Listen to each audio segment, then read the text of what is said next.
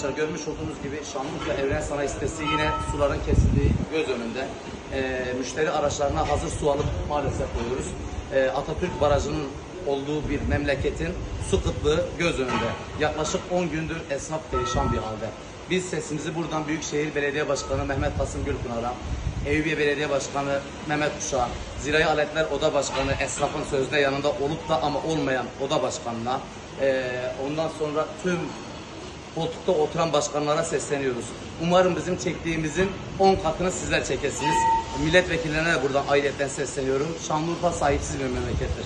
Buradan Sayın Cumhurbaşkanı Recep Tayyip Erdoğan'a sesleniyoruz. Şanlıurfa'nın durumu gözler önündedir. Maalesef belediye değişir, belki bir şeyler düzelir dedik ama tam tersine hani giden geleni aratır bir sözü vardı ya, şu an biz o durumdayız. Buradan Büyükşehir Belediye Başkanı'na tekrardan sesleniyoruz.